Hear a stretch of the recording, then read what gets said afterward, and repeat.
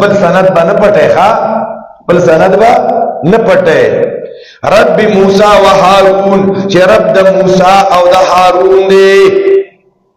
د موسی او د هارون پر رب می ایمان راوړو د شیخ القرآن پنځپیر بارک راضی و یو علاقه کې بیان کو لا اله الا الله چې حاجت روا یوازې یو الله مشکل کشا یوازې یو الله او د الله نه علاوه بل چاته را بدل چې بنو وخه پیر بابا پنه کې دا مسائل ډیر ګران وخا وی پدې کې یو میاو او 2 میله ټوپک راواغس بخوا به د 2 میله پیندازې وی کنه 2 میله ټوپک راواغست او شیخ القرآن ته مخامخ په دی ور کې ودرېدو وی مولا که د بابا نوم دی واغستو نو بس ګولې درنه داسې وختونه تا دا نشي ویلي چې پیر بابا سره نشي کولی ته په پیر شیخ ته دواګانې نه کومه دا مسائل خو هغه بیان کړي که چا بیان کړي نو ووایې که نه چې ستا نیکه یا استاد دا ویل چې درګاونو نه مرا مدد کوي هلته مزې وایي دا خو مونږ هم بیانوو او زمونږ ته وښایي چې زمونږ عقیده څنګه ده او څنګه نه ده بیان دې نه دی کړی که بیان دې کړي وښیه په کیسټ کې وښیه په میموري کارډ کې وښیه په کتاب کې وښیه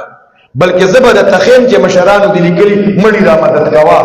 مشرانو دې لیکلي چې په قبر چرچڼه کینی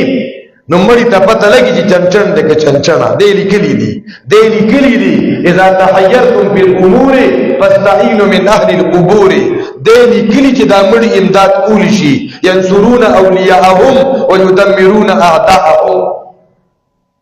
نو شیخ القرآن ته بدوانه کې شیخ القرآن ته شیش راخ کړو وی مولا که د بابا مسله دیو که ګولې درلا وی شیخ القرآن وتوی که د بابا نه من بغیر بل مسله او که د سړی زوی بدیم